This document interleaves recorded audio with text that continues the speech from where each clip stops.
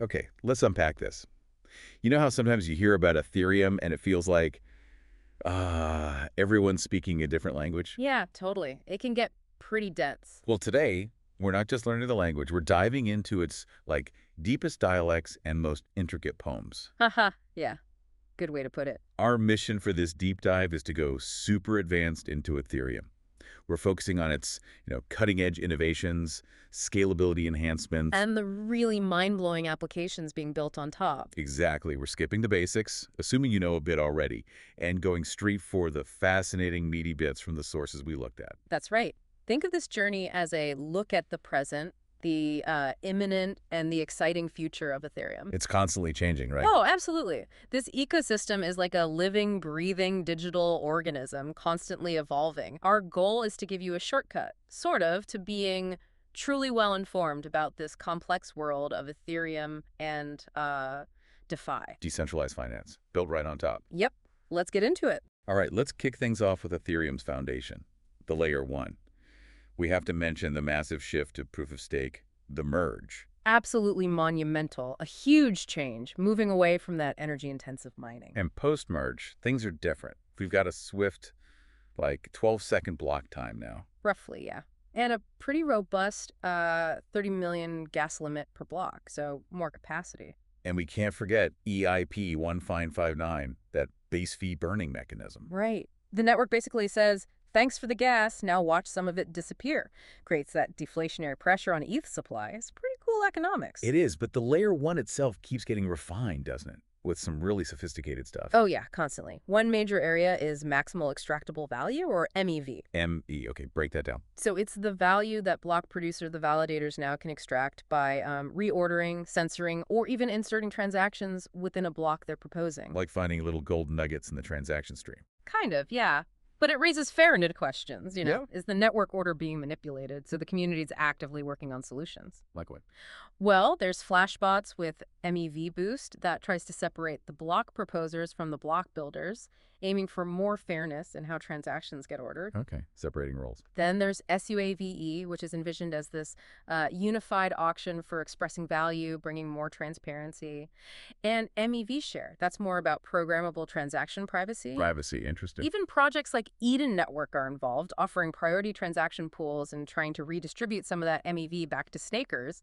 It's all about managing that potential gold transparently and fairly. Keeping the gold rush fair. I like it. Okay, moving on. Something huge for user experience. Account abstraction. ERC 4337. Oh, this is a game changer. Seriously. Mm. If you think about getting the next billion users into crypto, this is key. Why? What does it let you do? It basically allows smart contracts to act as your primary user account. Instead of your wallet just being a key pair, it's a smart contract. And why is that massive for me, the user? Because it unlocks features that make crypto wallets feel less like, well, crypto wallets, and more like slick web apps. Okay, examples. Think multi-sig capabilities for better security right on your main account, or social recovery. So no more panicking over lost seed phrases if a friend can help you out. Exactly. Plus, you could pay gas fees in ERC20 tokens, not just ETH. That removes a big hurdle for people. Yeah, having to have ETH just to do anything can be annoying. Totally. And even things like session keys for gaming, so you don't have to click approve for every single tiny action. That sounds way smoother. It really is. And you see projects like Zscaler Sync Era already implementing this native account abstraction. It just feels seamless. It removes a lot of those intimidating crypto quirks. Fewer seed phrase nightmares, easier payments. Hmm. Actual progress. Okay, and speaking of doing more with your assets, let's talk restaking. Eigenlayer comes up a lot here. Yeah, Eigenlayer pioneered this. Well, it feels a bit like financial alchemy, like you said. So how does it work? I stake my ETH normally. Right, you're already staking ETH to help secure the Ethereum network, earning rewards. With restaking, you can then, without unstaking that ETH, Okay. you restake it or delegate its security backing to secure other decentralized services. These are called actively validated services, or AVSs. So my ETH is doing double duty, securing Ethereum and these other AVSs. Exactly. It's like your money gets a second job, earning potentially more rewards while still doing its first job. It boosts capital efficiency massively by reusing that staked capital. Sounds great, but what's the catch? There's always a catch. The catch is risk. It introduces new layers of interconnected risk. The security of these other services now relies on that same pool of ETH. If something goes wrong with an AVS or with the restaked ETH itself, well, the consequences could be larger. More interconnectedness means more potential systemic risk. Right, so higher potential reward, but also higher and more complex risk. Makes sense. Precisely. So these L1 innovations managing MEV, account abstraction, restaking they're all making Ethereum stronger, more flexible, more user-friendly at its core. Exactly. Strengthening the foundation for everything built on top. Okay, foundation strengthened. Now, layer twos. This is where it gets really interesting for scaling, right? If Ethereum L1 is the main highway, sometimes jammed. Then layer twos are the high-speed express lanes. They're designed to ease that traffic. And the core idea is do the heavy lifting off-chain. That's the gist. Handle most of the computation off-chain, and then only post the essential stuff. State changes, deposits, withdrawals back to layer one. This is managed by smart contracts, often called roll-up contracts. Like sending a compressed summary back to the main ledger. Exactly. And at the heart of this are roll-ups. You have a sequencer which batches up lots of transactions, compresses them heavily. Compresses them how? Using various clever techniques to make the data tiny. Then it posts this compressed batch along with some kind of proof to the layer one contract. That contract quickly verifies the proof and updates the roll-up state. And the raw data, where does that live? It gets posted back to Ethereum L1 too, but very cheaply. It used to use something called called data, but now, thanks to EIP 4844, we have blobs. Blobs. Love the name. Yeah. Think of blobs as dedicated, super cheap temporary data storage just for rollups. Makes L2s way more economical. And crucially, this data availability means anyone can reconstruct the rollup state if needed. It guarantees you can verify things yourself. Okay, so rollups are the main tech, but there are different flavors, right? Yeah. Optimistic versus ZK. Correct. Two main types. First, optimistic rollups. Think Arbitrum optimism. Why optimistic? Because they assume transactions in a batch are valid by default. They're optimistic about it. Okay, but what if someone cheats? That's where the challenge period comes in. There's usually a window, often around 7 days, where anyone watching the chain can submit a fraud proof if they spot an invalid transaction in the batch. Like a neighborhood watch for the rollup. Sort of. If the fraud proof is valid, the incorrect batch is reverted, and the submitter usually gets a reward. But the downside is that challenge period. Withdrawals back to L1 are delayed for that week or so because you have to wait to make sure no one challenges. The 7-day proof. Wait, I've heard about that. Okay, so what's the alternative? The alternative is ZK rollups. Think Polygon's ZK EVM, ZK Sync era. These are the cryptographic wizards. Wizards, eh? How do they work? Instead of assuming validity, they use zero-knowledge proofs, ZK snarks, or ZK starks, to prove mathematically that all the computations done off-chain were correct. Prove it before posting to L1. Exactly. They generate a tiny cryptographic proof that verifies the entire batch of transactions. They post the compressed data and this proof to L1.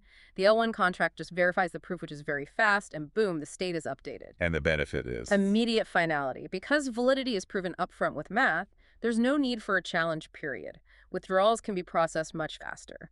Plus, the proofs themselves are very small, minimizing the data footprint on L1. That sounds strictly better.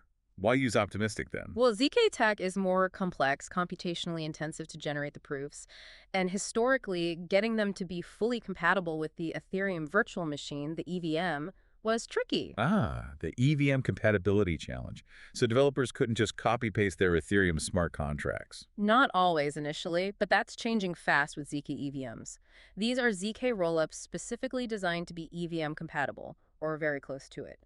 ZK Sync Era, for example, uses ZK snarks and is EVM compatible, letting developers use familiar tools like Solidity.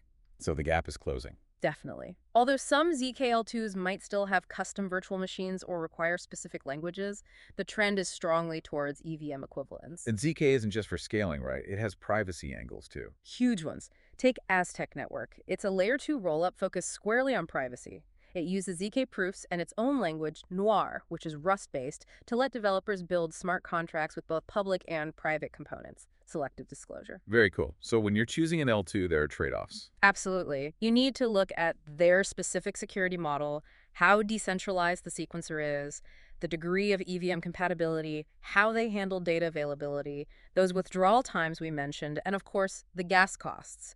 Different L2s optimize for different things. These L2s really are the workhorses then, making Ethereum faster, cheaper, ready for, well, everything else. Pretty much. They are absolutely critical for scaling the ecosystem. So this brings us to the applications. What does this improved L1 and these fast L2s actually enable? We hear the term money Legos a lot. Yeah, money Legos is a great analogy for decentralized finance, or DeFi. It means different protocols can be stacked and combined like Lego bricks to create new, complex financial services. Okay, let's break down these Legos. Where do we start? DXs. Decentralized exchanges, DEXs, are fundamental. They let you trade cryptocurrencies peer-to-peer, no central intermediary needed. Everything's handled by smart contracts. The benefits being? Non-custodial control, you always hold your own keys and funds, usually more privacy, less KYC, and global access 24/7. And most DXs now use AMMs, right? Automated market makers. That's right. Instead of matching buy and sell orders like a traditional exchange, they use liquidity pools. Users deposit pairs of tokens into a pool, and a mathematical formula determines the price based on the ratio of tokens in the pool. The classic XYK. That was the early version, yeah. But things have evolved. Uniswap v3 introduced concentrated liquidity. Oh, what's that? It lets liquidity providers, LPs, choose specific price ranges where they want their capital to be used. So if you think ETH will trade between $3,000 and $4,000, you can put your liquidity just in that range. Makes your money work harder. Exactly. It dramatically increases capital efficiency, but there's a big but. Uh-oh. Impermanent loss. Bingo. Impermanent loss. IL. Concentrated liquidity makes you much more sensitive to it. IL is the difference in value between just holding your assets versus providing them as liquidity when prices change. If prices move outside your concentrated range, your losses compared to just holding can be significant. Ouch. How do people deal with that? Strategies include providing liquidity for stablecoin pairs where prices don't move much, or using more complex hedging strategies, maybe involving options. It's definitely not risk-free passive income. Good reminder. And what about getting the best price across all these DXs? That's where DX aggregators like 1inch come in. They're like the Expedia or Kayak for crypto swaps. They scan multiple DEXs and liquidity sources to find the best possible exchange rate for your trade, factoring in fees and slippage. Super useful. Makes sense. So besides Uniswap, who are the other big players in DXs? Well, SushiSwap started as Uniswap fork, but added features like yield farming incentives early on. And PancakeSwap is huge, especially known for lower fees because it primarily runs on the Binance Smart Chain, which is itself an Ethereum-compatible chain. Okay, DX is covered. What about borrowing and lending, another core financial primitive? Absolutely. Protocols like Above and Compound are the giants here. The key concept is over-collateralization. Meaning you have to put up more collateral than the loan amount. Precisely. Because crypto prices are so volatile, you need a buffer. A BEVE might require, say, $125 worth of ETH as collateral to borrow $100 worth of USDC. That ratio, the collateralization factor, varies by asset. And they track this somehow. Yeah, they monitor your health factor. It's a score representing the safety of your loan. If the value of your collateral drops too much, say during a market crash, your health factor falls. If it drops below a certain threshold, Liquidation time. yep, liquidation is triggered. And liquidators, other users or bots step in. They repay a portion of your debt and get to claim your collateral at a discount as their profit. It's a harsh but necessary mechanism to keep the protocol solvent. Keeps the system from collapsing. And interest rates. Often dynamic, they adjust automatically based on supply and demand, the utilization rate of the asset pool. High demand means higher rates, though some platforms are experimenting with fixed-rate loans too. Okay, standard lending, but with crypto volatility twists. Then there's the really weird stuff, flash loans, borrowing millions for seconds. Haha, yeah, they sound crazy. But they are real. They are uncollateralized loans. No collateral. None. But the catch is they must be borrowed and repaid within the exact same Ethereum transaction. How is that even possible or useful? Transactions on Ethereum are atomic. They either succeed completely, all steps included, or fail entirely and revert. So you can program a transaction that does this. 1. Borrow $1 M flash loan. 2. Use the $1 M to perform an arbitrage trade on DEX A and DEX B. 3. Take the profit. 4. Repay the $1 M loan plus a small fee, all in one go. If step 4 fails, the whole thing reverts as if it never happened. Mind blown. So legitimate uses are arbitrage. Arbitrage, yes, exploiting tiny price differences across markets. And collateral swapping. Maybe you borrowed USDC against ETH, but now want to borrow against WBTC instead. A flash loan can help you do that in one transaction without fully closing your original position first. Okay, clever uses. But the dark side? Attacks. Definitely. Flash loans are a favorite tool for attackers because they provide huge amounts of temporary capital. Research has shown attackers using flash loans to manipulate prices on DXs, drain lending pools, or mess with Oracle price feeds, sometimes netting millions in profits. Wow. Like that example you mentioned, boosting gains to over $1 million. Exactly. By exploiting price or Oracle vulnerabilities within that single atomic transaction. The atomicity is key. The attack either works perfectly or it fails completely, which actually reduces the risk for a well-designed attack. Scary stuff. Okay, what else is in the DeFi Lego box? Yield farming. Yield farming and liquidity mining. Basically, earning rewards, often in the protocol's own token, for providing liquidity or participating in the protocol somehow.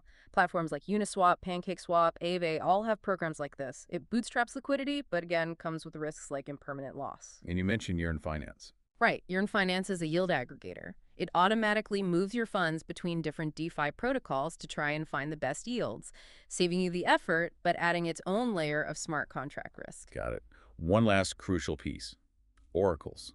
How does DeFi know the price of ETH in dollars? Oracles. The crucial eyes and ears connecting the blockchain to the real world.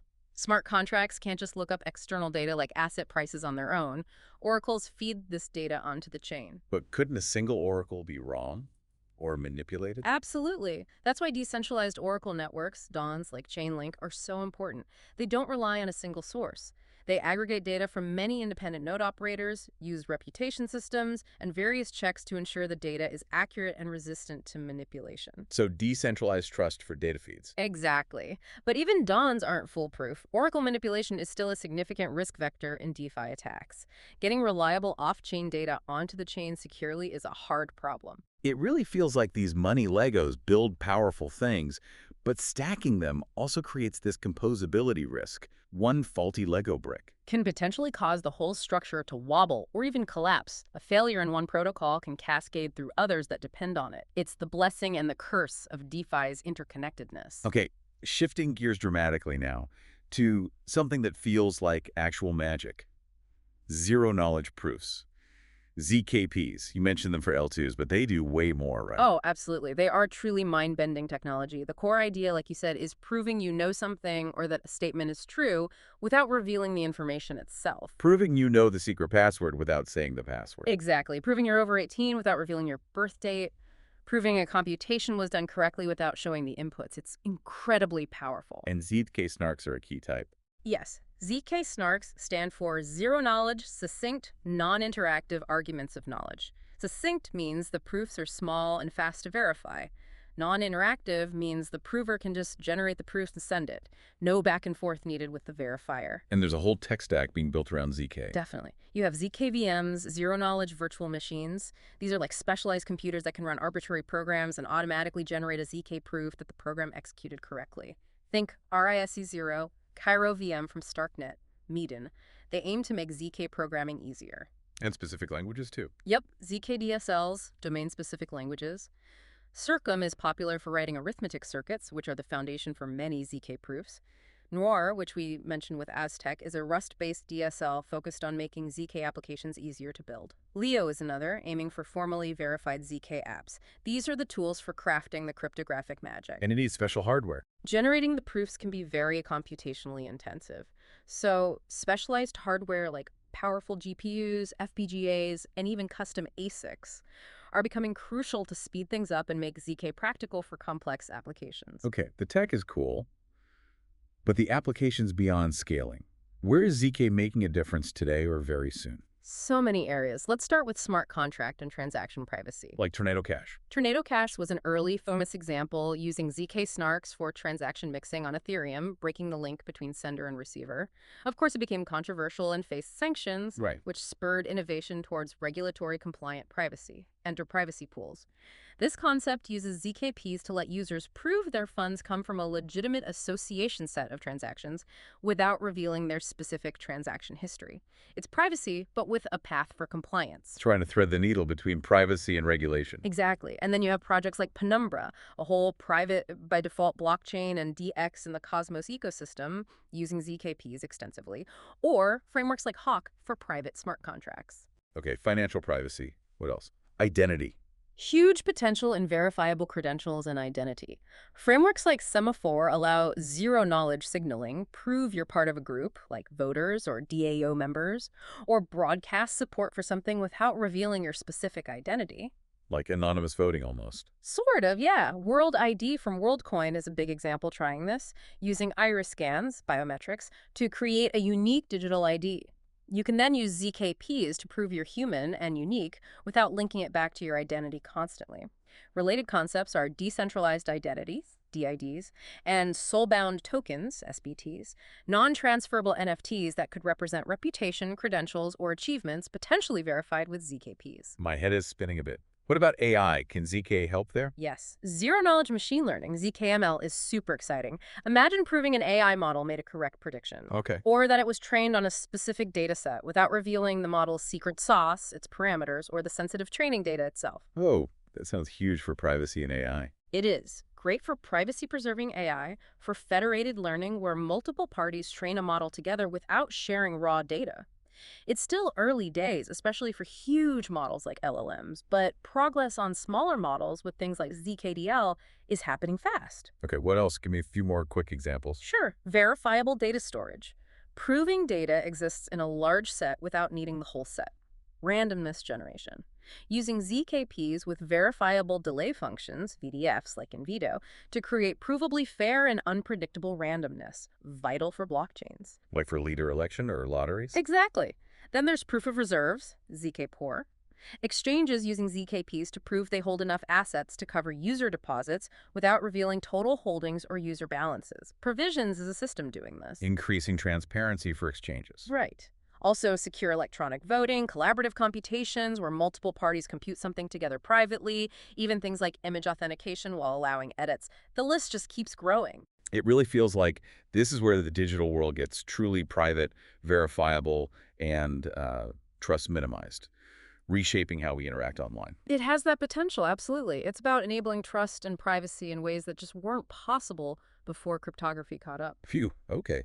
That was a serious deep dive. We've covered a ton, from Ethereum's L1 upgrades like MEV solutions and account abstraction. The whole universe of Layer 2 scaling with optimistic and ZK rollups. The wild world of DeFi money Legos, like DTXs, lending, flash loans. And finally, the mind-bending potential of zero-knowledge proofs for privacy, identity, AI, and so much more.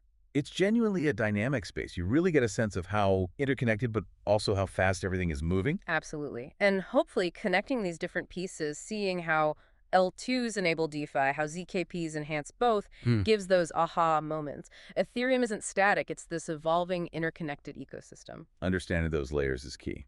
So, to wrap up, let's leave our listeners with something to think about. A final provocative thought. Okay, hit me. Given everything we've discussed, the sheer complexity, the money Lego composability where everything links together, what do you think is the single biggest, yet maybe most overlooked systemic risk? The thing that could really rebel through this whole ecosystem, maybe even trigger a kind of digital domino effect. Ooh, that's a good one. Food for thought indeed.